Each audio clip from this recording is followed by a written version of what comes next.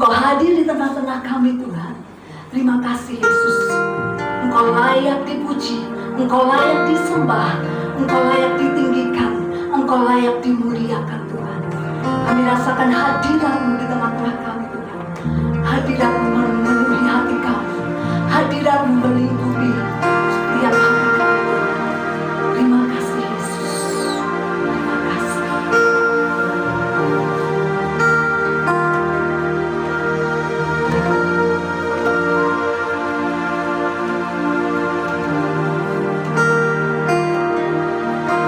Tuhan hadir di bait kudus-Nya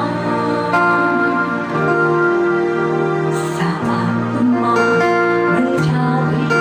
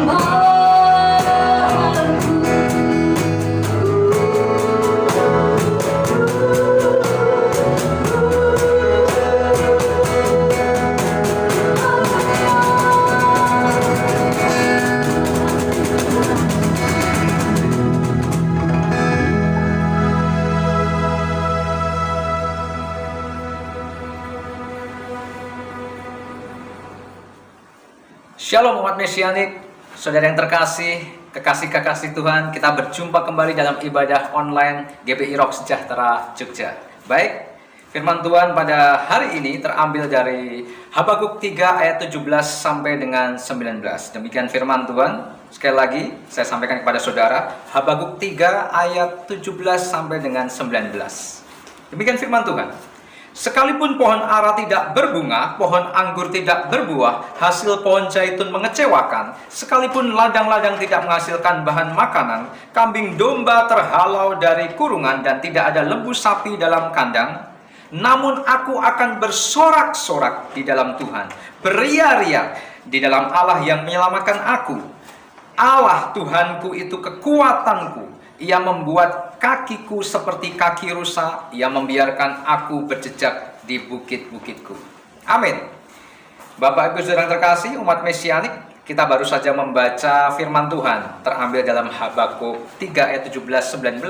Perlu saya sampaikan kepada setiap saudara, Habakuk adalah seorang nabi dan dia juga seorang pendoa, di mana ketika dia menulis kitab ini, dia dalam kondisi penuh dengan keprihatinan. Dia dalam kondisi penuh dengan melihat bangsa Israel penuh dengan hal-hal yang menyedihkan. Bagaimana tidak, saudaraku, Habakuk melihat bagaimana bangsa Israel ini dipimpin oleh seorang raja yang pada waktu itu Yoahas, kemudian digantikan oleh anaknya Yoyakim, di mana dari Yoahas ke Yoyakim kondisinya tidak semakin membaik tetapi semakin memburuk karena dua raja baik Yoahas maupun Yoyakim ini hidup dengan tidak takut Tuhan, hidup dengan brutal, hidup tidak berkenan di hadapan Tuhan. Dan terlebih lagi, bangsa Israel yang dipimpin oleh dua raja ini pun juga ikut arus. Bangsa yang dipimpin oleh dua raja ini kemudian meninggalkan Tuhan, berpaling kepada dewa-dewa, berpaling kepada sesembahan dan lain sebagainya, saudaraku. Yang bukan Tuhan, mereka berpaling kepada kekuatan kuasa bukan Tuhan.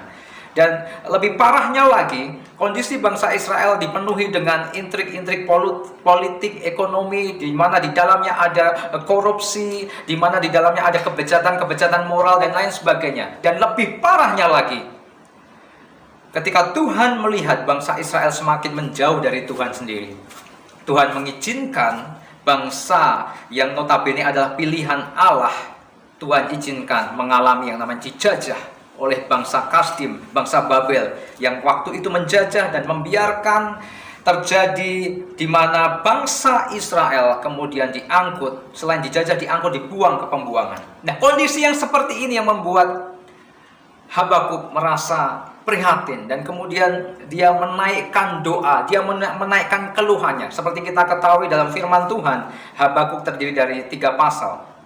Habakuk 1, Habakuk 2, dan Habakuk 3. Habakuk 1 penuh dengan keluhan-keluhan Habakuk terhadap Tuhan. Kenapa ini terjadi?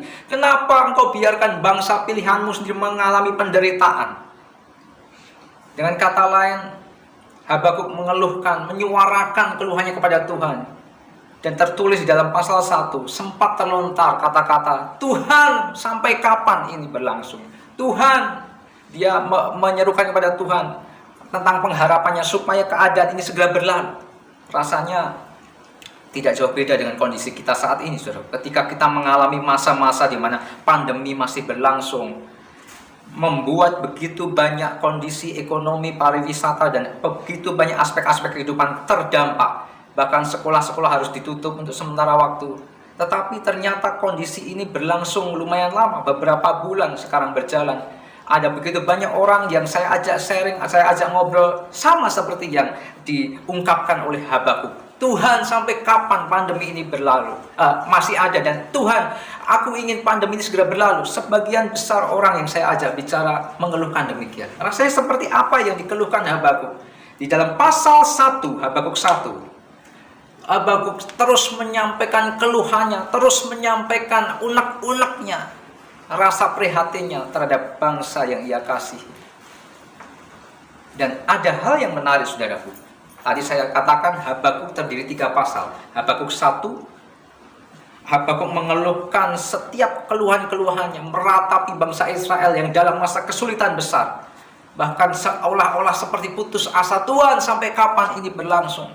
Tetapi yang menarik, dari Habakuk 1, kita lewati dulu ya Habakuk 2, ada di Habakuk 3, itu keadaannya berbeda jauh. Jika tadi di Habakuk 1, Habakuk mengeluarkan keluhan-keluhan dan bahkan serasa nggak berpengharapan, yang menyampaikan doanya kepada Tuhan.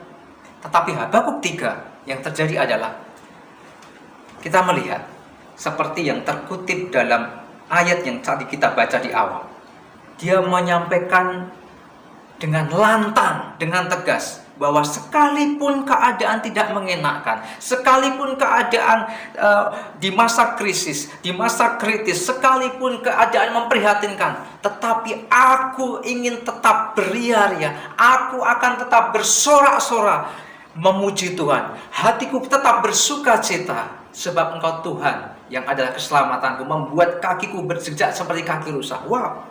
Itu dikatakan sekalipun pohon ara tidak berbunga, pohon anggur tidak berbuah dan lain sebagainya, tetapi aku akan tetap bersorak-sorak di dalam Tuhan. Pohon ara tidak berbunga, pohon anggur tidak berbuah, hasil pohon zaitun mengecewakan, itu menggambarkan sesuatu hal yang memprihatinkan. Dengan kata lain, seperti kalau dibahasakan dengan bahasa sekarang, sekalipun toko sepi, sekalipun sekolah-sekolah tutup, sekalipun penghasilan menurun drastis, tetapi aku tetap bersorak-sorak di dalam Tuhan. Demikian, saudara. Jadi kita merenungkan dalam Habakuk ini, Habakuk 1, pasal 1, penuh dengan keluhan-keluhan, penuh dengan nada-nada kesal Habakuk terhadap Tuhan, tentang kondisi yang ia alami berkaitan dengan kondisi bangsanya, seperti kondisi yang sekarang kita alami. Penuh dengan keluhan, penuh dengan nada-nada kesal, bahkan sampai hampir menyerah rasanya, aduh, nggak tahu deh. Tetapi kita lewati Habakuk 2 ya. Ketika Habakuk 3 adalah pasal terakhir di Habakuk 3, berbeda dengan sikap di pasal 1. Habakuk 3 ada optimisme, ada semangat, sekalipun keadaan tidak menentu, tetapi aku tetap bersorak-sorak di dalam Tuhan, tetapi aku tetap memuji Tuhan, sebab Engkau adalah Tuhan pengharapanku, sebab Engkau adalah Tuhan keselamatanku. Wow. Kenapa terjadi yang demikian? Dari yang pesimis, dari yang down, dari yang gak bersemangat, penuh kekesalan, tiba-tiba di pasal terakhir penuh dengan optimis, penuh dengan sukacita. Kuncinya ada di pasal 2. Pasal 1 penuh dengan keluhan, pasal 3 penuh dengan optimis dan semangat. Nah, kuncinya ada di tengah, pasal 2, saudara. Apa yang terjadi di pasal 2? Tuhan menjawab keluhan-keluhan Habakuk yang di pasal pertama tadi. Di pasal 2 dibahas demikian rupa. Tuhan menjawab, Tuhan menjumpai, Tuhan menemui Habakuk. Dan di saat perjumpaan Tuhan dengan Habakuk, Habakuk berjumpa dengan Tuhan pribadi pas pribadi. Di situ Tuhan menyatakan jawabannya. Ada hal yang menarik di pasal 2. Dengan jelas tertulis bahwa Tuhan mengatakan bahwa orang benar akan hidup oleh percayanya. Hai Habakuk, orang benar akan hidup oleh karena iman dan percayanya. Dan di situ juga diungkapkan Tuhan menjawab begini, saudaraku. Aku nggak akan tutup mata. Aku tahu dengan kondisi yang seperti saat ini terjadi. Tetapi ketahuilah, tetaplah engkau setia. Intinya begitu, saudaraku. Aku akan menyatakan keadilanku. Sebab akulah Allah yang berdaulat, akulah Allah yang berotoritas. Wow. Dari jawaban Tuhan itulah kemudian Habakuk di pasal 3 tertulis mendapatkan kekuatan baru, mendapatkan kuasa, mendapatkan pencurahan otoritas dari Allah, mendapatkan kesegaran sehingga terluap dari dalam dirinya. Oh, imannya ditumbuhkan, melambung tinggi dahsyat. Ada optimisme. Sekalipun keadaan tidak menentukan, sekalipun keadaan memprihatinkan, aku tetap bersorak-sorak di dalam Tuhan penyelamatku. Wow. Saudara, rasanya apa yang dialami oleh Habakuk ini? Terobosan, lonjakan yang dahsyat dalam kehidupan rohaninya. Perlu kita teladani, perlu kita tiru. Terlebih lagi kita di masa-masa seperti saat ini, di masa krisis akibat pandemi COVID-19, di mana dunia, tidak hanya Jogja, tidak hanya Indonesia, tetapi dunia sedang mengalami kegelapan. Kita perlu meniru sikap dari Habakuk. Dari kondisi yang tidak menentukan, kita perlu meniru teladan yang dimana di firman Tuhan kali ini kita diingatkan supaya kita mendapatkan kekuatan, supaya kita tetap optimis meskipun keadaan sekeliling kita tidak menentu. Kuncinya di apa, saudara? Perjumpaan pribadi kita dengan Tuhan. Kuncinya ada di encounter atau perjumpaan pribadi Habakuk tadi bersama Tuhan. Lewat perjumpaan pribadi itu lahirlah keyakinan, optimisme. Dan sehingga ketika kita mengalami hal tersebut, kita disebut sebagai lebih dari pemenang. Pemenang saja sudah dahsyat, tetapi kita lebih dari pemenang. Wow, ini saudaraku, kita perlu mengalami yang namanya perjumpaan pribadi, encounter bersama Tuhan. Di saat-saat krisis melanda seluruh dunia ini, di mana kita banyak melakukan aktivitas kegiatan kita di rumah, ayo kita perbanyak, kita tambah porsi kita untuk kita melakukan perjumpaan pribadi bersama Yesus. Sebab di dalam perjumpaan pribadi dengan Dia, dengan Tuhan kita, di situ terletak kekuatan kita seperti yang apa dialami oleh Habakuk. Nah, pertanyaannya adalah, bila manakah perjumpaan pribadi itu terjadi bersama Tuhan? Pertanyaannya adalah, bila manakah encounter perjumpaan pribadi kita bersama Tuhan itu terjadi? Bila manakah kekuatan itu akhirnya kita peroleh lewat perjumpaan pribadi kita dengan Tuhan? Pertanyaan. Yang pertama, perjumpaan pribadi terjadi. Yang pertama ketika kita hidup dalam pujian dan penyembahan. Nah, saudara, saya ingin ingatkan kepada setiap saudara bahwa Allah kita, Allah Bapa, pencipta alam semesta, Allah yang begitu besar, Tuhan kita, begitu kasihnya kepada kita, sehingga Dia rela turun ke dunia menjadi sama seperti manusia, untuk menjadikan dirinya sebagai yang sulung, untuk menebus, sebagai korban yang sulung untuk menebus setiap saudara dan saya, sehingga dosa kita dibayar dengan pengorbanannya di kayu salib, supaya kita beroleh hidup yang kekal. Yohanes 3 ayat 16. Karena begitu besar kasih Allah akan dunia ini, sehingga Ia rela untuk mengutus, mengaruniakan anak yang tunggal, Yesus, supaya yang percaya kepadanya beroleh hidup kekal, tidak mengalami kebinasaan. Nah, itu kata kuncinya, itu kalimat kuncinya yang kita pegang. Melalui pengorbanan Kristus di kayu salib, kita beroleh hidup kekal. Kita mempunyai masa depan. Ketika nanti kita meninggalkan dunia ini, kita beroleh tempat yang pasti di surga.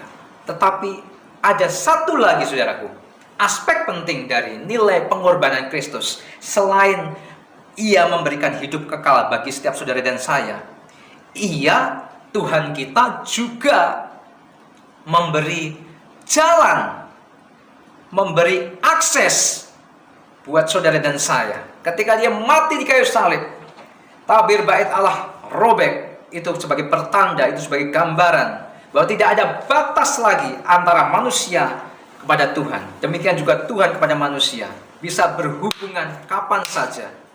Itu akses yang dibuka. Oleh karena itu, saudaraku, ketika kita mengetahui kebenaran ini, adanya akses dibukakan oleh kematian Yesus di kayu salib, ayo kita pergunakan akses ini untuk kita datang kepada Tuhan, datang dengan membawa penyembahan kita, datang dengan membawa pujian kita. Kenapa Tuhan Allah yang begitu besar rela turun ke dunia menjadi sama seperti saudara dan saya, untuk menebus setiap saudara dan saya, sehingga dosa kita telah lunas dibayar? Karena selain memberikan hidup kekal, Dia juga memberikan akses. Karena begitu rindunya Ia untuk ditemui oleh saudara dan saya. Untuk itu, mari kita responi akses ini. Mari kita bergunakan sebaik-baik mungkin untuk kita datang kepada Tuhan. Bawa pujianmu, bawa penyembahanmu. Hai saudara, Tuhan kita nggak bisa disogok dengan kekayaan, dengan materi sebesar apapun. Karena Tuhan kita terlalu kaya. Tetapi Tuhan kita sangat disenangkan dengan pujian penyembahan yang keluar, yang terlontar dari umatnya. Oleh karena itu, Dia membuka akses untuk kapan saja bisa ditemui. Nah, saudaraku, Ibrani 10 ayat 19. Di situ dikatakan, jadi saudara-saudara, oleh darah Yesus kita sekarang penuh keberanian dapat masuk ke dalam tempat kudus. Sekali lagi, kita diingatkan tentang akses ini di dalam Ibrani 10 ayat 19. Jadi saudara-saudara, oleh darah Yesus kita sekarang penuh keberanian dapat masuk ke dalam tempat kudus. Ayo masuk, tanpa harus membawa kambing domba, tanpa harus membawa lembu sapi seperti pada zaman dulu sebelum Kristus mati di kayu salib. Orang-orang Israel pada waktu itu harus membawa lembu, sapi, bawa korban. Itu pun juga harus diwakilkan oleh seorang imam yang dikuduskan dulu. Tetapi sekarang ketika itu akses sudah dibuka, kapan saja, di mana saja, mari kita datang kepada Tuhan. Kita bawa pujian kita kepada Tuhan. Kita bawa penyembahan kita kepada Tuhan.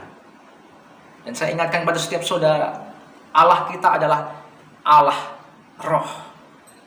Di dalam firman Tuhan dikatakan, Yohanes 4 ayat 24, Allah itu roh, dan barang siapa menyembah dia harus menyembahnya dalam roh dan kebenaran. Jadi jangan sampai ada saudara berpikir sekarang masa pandemi nggak bisa pergi ke gereja, nggak bisa pujian penyembahan. No, stop dulu saudara. Untuk bisa memuji dan menyembah Tuhan nggak harus nunggu hari Minggu pergi ke gereja. Apalagi di masa pandemi ini, gereja-gereja untuk sementara off, harus ibadah online. Kapanpun, dimanapun, karena kebenaran menyatakan bahwa Allah kita adalah Allah roh. Dia tidak bisa dibatasi oleh dinding, gedung, waktu, bahkan jarak. Dia tidak bisa dibatasi dengan semuanya itu. Oleh karena itu, kapan saja, dimanapun saja, kita bisa mempergunakan akses kita datang pada Tuhan, menyembah Dia, menyenangkan hatinya. Dan percayalah saudaraku, di dalam penyembahan kita, di dalam pujian kita kepada Tuhan, masuk dalam hadirat Tuhan, kita akan ditenggelamkan di dalam hadiratnya. Dan saya yakin, saya percaya ini adalah masa-masa yang indah ketika kita memuji, menyembah Tuhan, berjumpa pribadi dengan rohnya. Wow, ada sukacita dinyatakan, ada kuasa Tuhan dicurahkan. Itu yang dialami oleh Habakuk ketika dia datang kepada Tuhan. Sekalipun masalah berat di sekelilingnya, tetapi ketika dia terlibat di dalam hadirat Tuhan, yang terjadi adalah kekuatan yang baru dicurahkan. Dan itu saya alami juga. Saya dan istri sering kali mengalami tenggelam dalam hadirat Tuhan ketika kami terlibat dalam pujian penyembahan.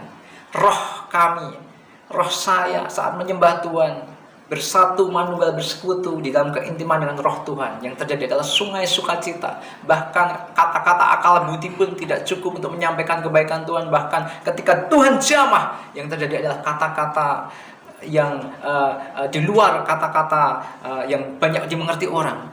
Terjadilah yang namanya luapan-luapan bahasa roh karena lawatan dari Tuhan.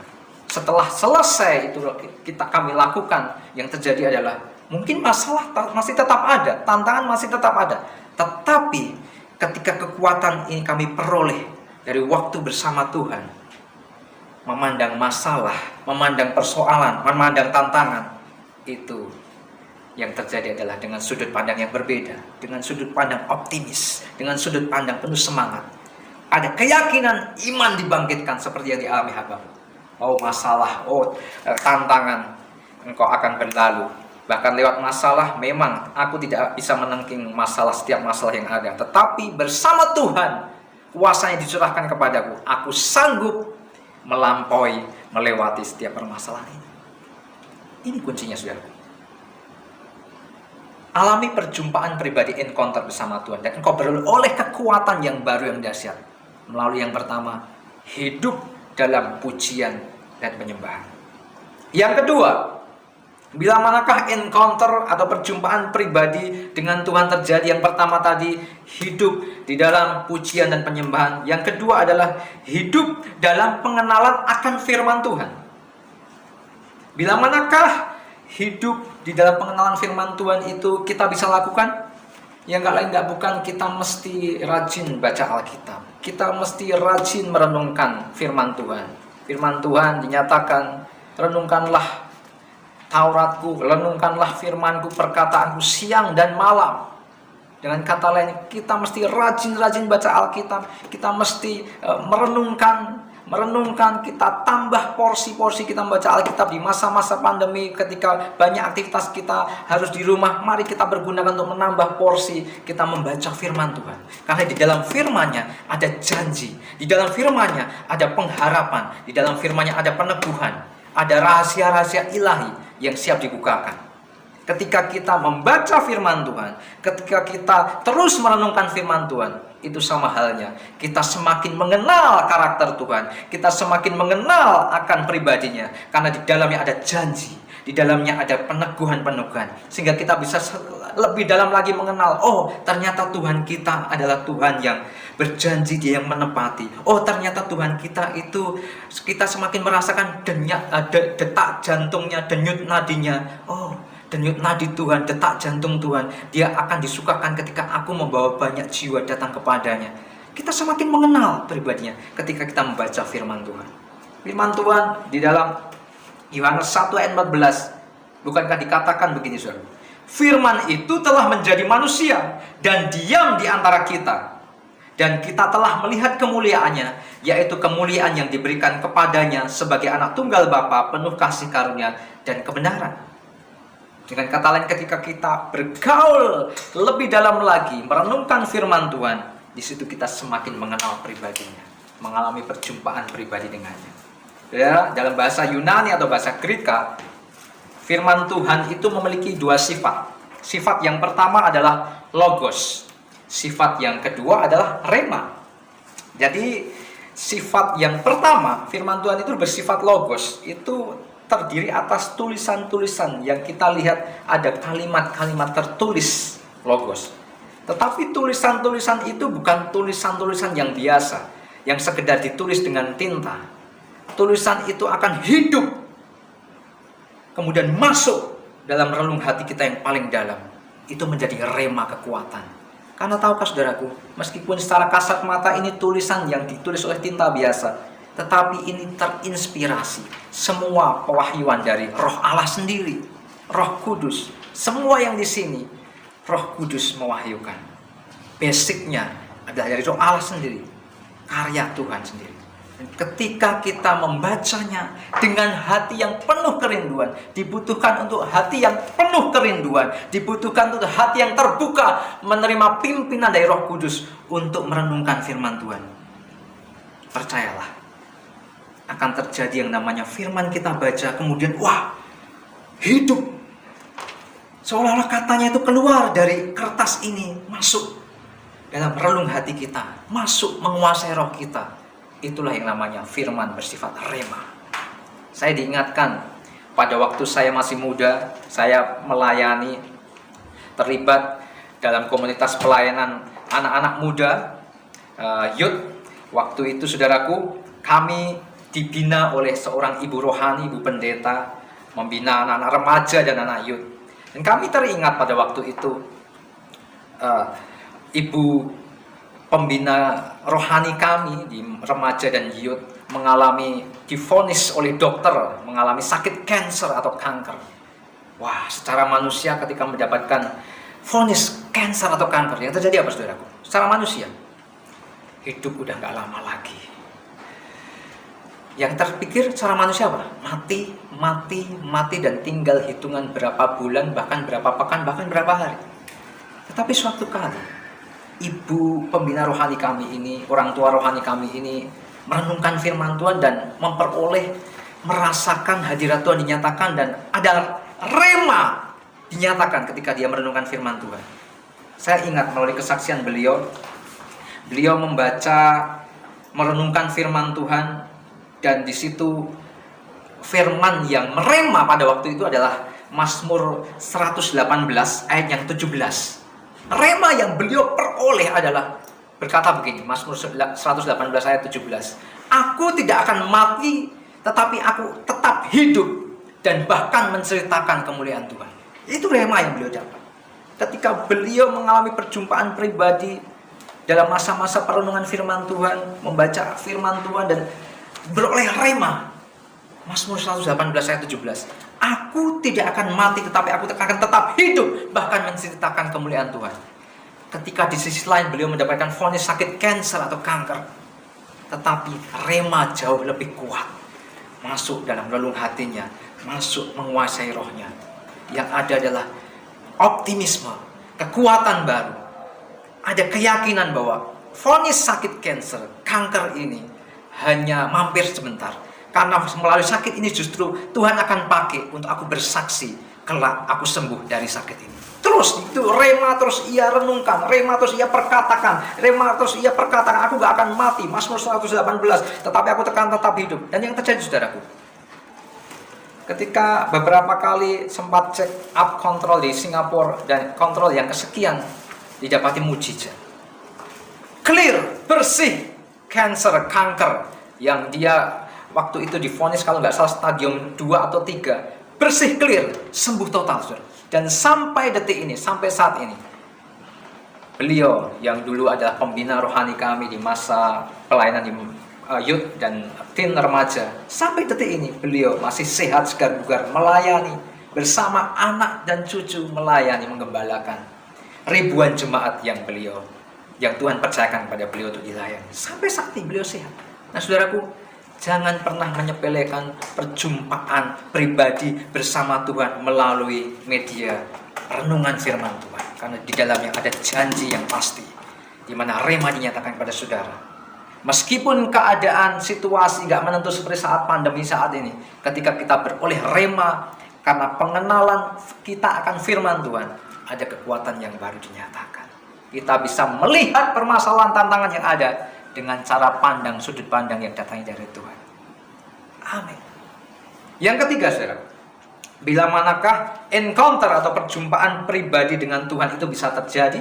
Yang pertama tadi, hidup dalam pujian dan penyembahan. Yang kedua, hidup dalam pengenalan akan firman Tuhan. Yang ketiga, yang terakhir adalah hidup di dalam doa. Katakan bersama-sama, hidup di dalam doa. Yes, hidup di dalam doa. Nah, saudaraku, saya mau katakan kepada saudara bahwa kekristenan itu bukan semata-mata berbicara tentang agama saja. Sekali lagi saya katakan kepada saudara, kekristenan bukan semata-mata berbicara tentang agama saja. Dengar baik-baik. Tetapi kekristenan itu berbicara, intinya berbicara tentang pergaulan, hubungan pribadi antara saudara dan saya dengan Tuhan. Jadi percuma kalau saudara punya KTP, di situ tertulis agama Kristen, tetapi kalau saudara nggak punya hubungan pribadi, relationship bersama Tuhan, it's nonsense, saudara. Itu nihil, saudara. Maaf, saya boleh katakan sama juga bohong. Nah, saya mau tekankan kepada setiap saudara. Inti dari kekristenan adalah hubungan pribadi kita bersama Tuhan. Nah, sekarang di depan tadi sudah dibahas tentang akses yang Tuhan bukakan buat saudara dan saya untuk kita kapan saja, di mana saja biar berhubungan intim bersama Tuhan. Ayo kita pakai akses itu. Salah satunya lewat media apa? Doa, saudara. Berdoalah di mana engkau berada, engkau bisa berdoa. Loh Pak, bukankah berdoa itu harus masuk kamar, privacy, ruang privat untuk kita lebih konsentrasi berdoa? Ya, itu sangat baik. Tetapi jangan sampai doa kita itu terhalang oleh karena tembok, karena ruang khusus. Itu sangat baik. Tetapi bila mana kita mesti keluar dari rumah, ada waktu di mana kita harus berkomunikasi dengan Tuhan, why not? Kenapa enggak? Kita sambil nyetir, kita sambil naik Gojek, bahkan kita sambil naik ojek online, bahkan kita berjalan di trotoar, kita bisa menyampaikan komunikasi kepada Tuhan. Pakai akses yang terbaik yang Tuhan sudah berikan kepada kita untuk kita berhubungan kepada Tuhan lewat doa, saudara. Jadi dengan mengetahui kebenaran firman Tuhan kali ini, di poin ketiga saya ingin sampaikan, jangan sampai doa itu menjadi beban buat saudara dan saya. Doa itu ada saat-saat di mana kita bisa ngobrol, menyampaikan keluhan, menyampaikan unek-unek kita kepada Tuhan, kepada Bapa kita. Seperti anak saya ingin menyampaikan permintaan, menyampaikan apapun, bahkan muji-muji papahnya, bahkan bercanda kepada papahnya, berkomunikasi kapan saja. Demikian juga kita sebagai anak-anaknya, kita bisa kapan saja menyampaikan apa yang kita ingin sampaikan kepada Tuhan. Dimanapun saudara berada, di situ saudara bisa berkomunikasi lewat doa kepada Tuhan. Firman Tuhan di dalam Roma ayat 8 sampai ayat 8 Roma 8 ayat 26 mengatakan, demikian juga Roh membantu kita dalam kelemahan kita. Sebab kita tidak tahu bagaimana sebenarnya harus berdoa. Tetapi Roh sendiri berdoa untuk kita kepada Allah dengan keluhan-keluhan yang tidak terucapkan. Dengan kata lain, saudaraku, bahkan sampai kita bingung lagi mesti ngomong apa sama Tuhan lewat doa-doa kita. Wow, Roh itu membantu. Roh siapa? Roh Tuhan sendiri. Roh Kudus membantu orang-orang percaya untuk menyampaikan doa-doa, keluhan-keluhan yang tak terucapkan kepada pribadi Tuhan sendiri.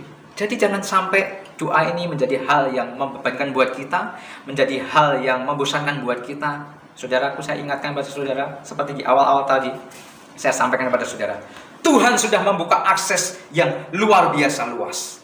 Dia dengan kematiannya di kayu salib, melalui pribadi Yesus Kristus, memberikan hidup kekal buat saudara dan saya. Dia juga memberikan akses yang luas untuk dia berkenan didatangi. Percayalah saudaraku, di dalam perjumpaan pribadi kita bersama Tuhan, ada hidup dalam pujian penyembahan, ada hidup dalam pengenalan firman Tuhan, dan yang terakhir ada hidup dalam doa. Di situ terletak kekuatan kita. Amin. Demikian firman Tuhan, saudaraku. Kita percaya setiap saudara yang mendengarkan, mengikuti ibadah online pada hari ini, mari saudaraku, memang di depan ada begitu banyak tantangan, pergumulan, tetapi kita semua percaya dengan memegang 3 hal ini tadi, dalam perjumpaan pribadi kita bersama Tuhan, itulah kekuatan kita diperoleh. Di dalam kekuatan kita bersama Tuhan, apapun tantangan masalah, bersama Tuhan Yesus kita cakap menanggung segala perkara. Haleluya. Mari kita datang pada Tuhan di dalam doa. Bapa di dalam surga, Bapa yang kami sembah dalam nama Yesus, kami mengucap syukur untuk firman-Mu pada hari ini. Firman-Mu yang menguatkan, mengingatkan, sekaligus menegur buat setiap kami Tuhan. Seringkali dengan keberadaan permasalahan, tantangan di depan kami, bahkan khususnya di masa-masa pandemi seperti saat ini, kami terlalu fokus dengan masalah ini. Kami terlalu fokus dengan krisis yang ada di depan kami, di sekeliling kami. Sehingga kami melupakan hadirat-Mu. Sehingga kami melupakan privilege yang Tuhan sediakan buat kami, yaitu akses yang sangat mudah yang Tuhan berikan kepada kami, untuk kapan saja kami bisa mengalami perjumpaan pribadi dengan Tuhan.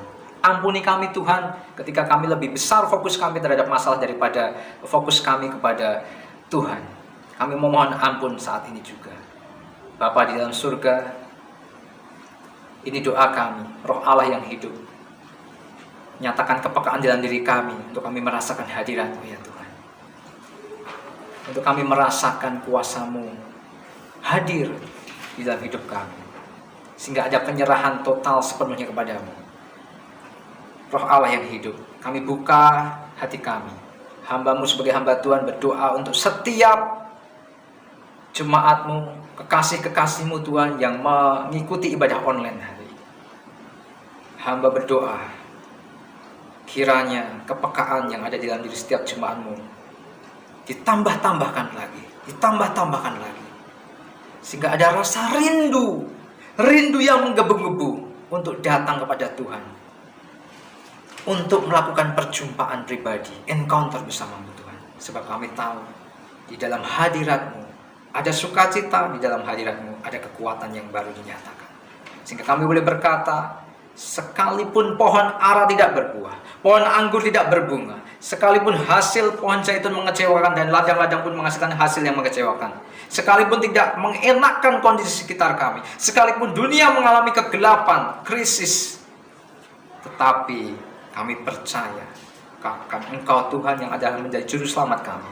Kami akan tetap bersorak-sorak di dalam Engkau, oleh karena Tuhan yang menyelamatkan kami. Sehingga kaki kami berjejak seperti kaki rusa yang mengatasi setiap permasalahan. Kami percaya iman pengharapan kami di dalam-Mu, Engkau perhitungkan sebagai kebenaran. Di dalam nama Tuhan Yesus kami berdoa dan kami bersyukur. Amin. Baik, Bapak, Ibu yang terkasih, umat mesianik, tiba waktunya kita membawa korban persembahan. Buat saudara yang akan mentransfer persembahan, di layar saudara sudah tertera alamat dan nomor rekening. Silahkan saudara mentransfer, menabur lewat alamat dan nomor rekening yang sudah tertera di layar saudara. Dan kita kembali datang kepada Tuhan, kita bawa taburan persembahan kita. Mari kita berdoa. Bapa di dalam surga, Bapa yang kami sembah dalam nama Yesus, kembali kami datang kepada Tuhan. Kami bawa korban persembahan kami kepadamu Tuhan. Kami transfer, kami tabur persembahan ini. Tuhan sedia menyucikan, menguduskan persembahan ini, sehingga bisa dipakai demi kemuliaan-Mu melalui gereja-Mu di GPI Rock Sejahtera di tempat ini. Tuhan memberkati setiap pribadi yang menabur untuk pekerjaan-Mu melalui komunitas ini. Diberkati dalam nama Yesus pekerjaan setiap kekasih-kekasih-Mu yang menabur. Diberkati berlimpah-limpah sebab Engkau adalah Allah Jehovah Jireh, Allah yang mencukupi seluruh dengan kekayaan kelimpahan-Mu Tuhan. Haleluya. Amin.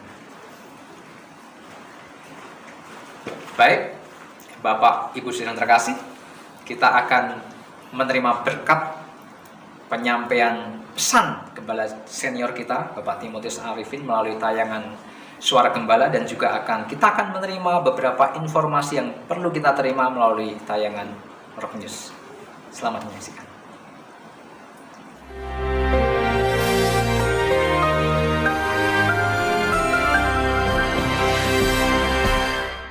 Shalom warga kerajaan.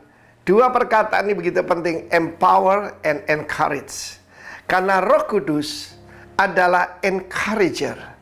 Karena itu orang tua harus belajar mendidik anaknya. Saya lama tinggal di Bali dan kenal beberapa pangdam di sini. Dan salah satu yang paling menarik adalah Mayor Jenderal Theo Safi. Nah, Mayor Jenderal Theo Safi ini kan dari suku Bugis, dari Makassar. Tetapi dia menjadi seorang tokoh Kristen yang luar biasa. Ceritanya begini, ketika bapaknya itu punya seorang sahabat. Sahabatnya seorang misioneri dari Jepang, namanya Shirato. Dia begitu terkesan, begitu penuh kasih, begitu penuh kebaikan, sehingga dia memberi nama putra pertama Shirato, yang kedua Theo.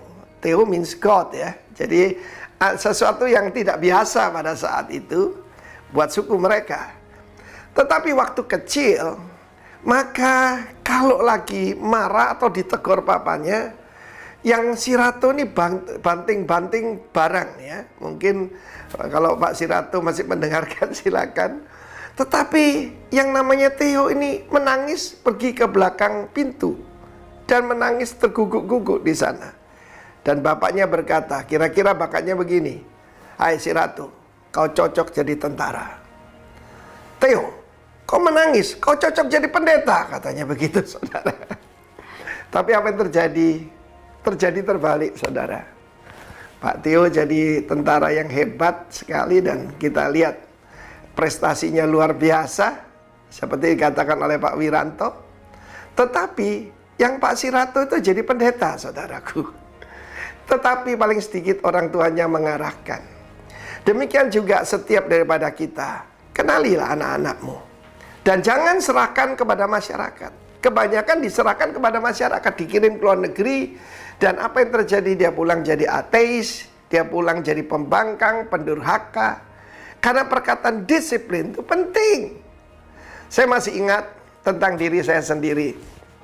Saya mau cerita, kalau saya pulang, saya waktu itu masih sekolah rakyat ya, belum sekolah dasar namanya. Dengan bangga saya tunjukkan, yaitu rapor saya kepada papa saya. Dia langsung melihat prestasi. Membaca, berhitung, bercakap-cakap, pengetahuan umum, bagus. Dia bilang, good. Tapi ibu saya melihat yang di bawah. Apa itu? Kelakuan dan kerajinan. Dan saya berakhir dididik oleh ibu saya. Sebab sebetulnya saya bisa lebih dari itu. Cuma agak malas. Ya, merasa diri pandai. Dia bilang, you can do it better than that. Dan kelakuan, suka ngelawan, saudara. Ya. Dan terutama saya belajar sesuatu. Saya sekarang menjadi seorang pendidik. Saya punya anak-anak rohani. Saya ketua dari sebuah STT. Maka saya tahu the power of character leadership. The power of principle leadership. Saya belajar terutama dari ibu saya. Nah, kejadiannya adalah ketika saya masuk remaja, saya bilang pada bapak saya, "Oh, sudah, aku tidak mau jadi insinyur, aku mau langsung kerja saja." Dan apa yang terjadi? Dia tempeleng saya, saudaraku, sambil mengeluarkan air mata. Saya putranya satu-satunya. Kemudian itu, didikan itu membuat kebodohan hilang dari saya. Saya jadi insinyur, dan ketika di wisuda, saya peluk bapak saya. Dia berdiri dengan bangga sekali. "Pak, kamu siapa?" "Terima kasih." "Kamu siapa?" "Ditempeling tuh, Pak." "Jadi aku sekarang jadi insinyur." "Terima kasih ya, Pak." Dia tersenyum. God bless you. Didiklah anakmu menurut jalan yang ditunjukkan oleh Tuhan dan jalan yang patut baginya. God bless you, warga kerajaan. Amin.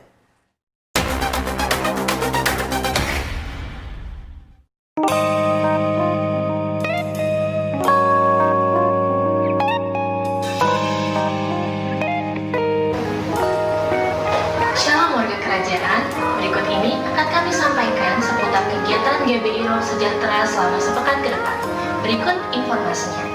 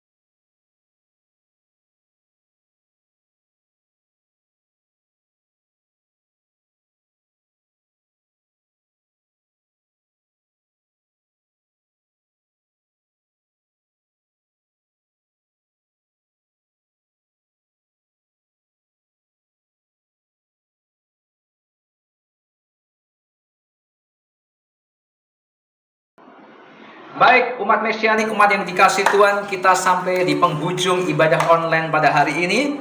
Mari kita bersama-sama kita akhiri ibadah online pada hari ini dengan kita datang kepada Tuhan, kita menerima berkat yang datangnya Tuhan. Mari saudaraku, arahkan pandangan saudara kepada Tuhan. Dan terimalah berkat yang datangnya dari Tuhan. Tuhan menyinari engkau dengan wajahnya.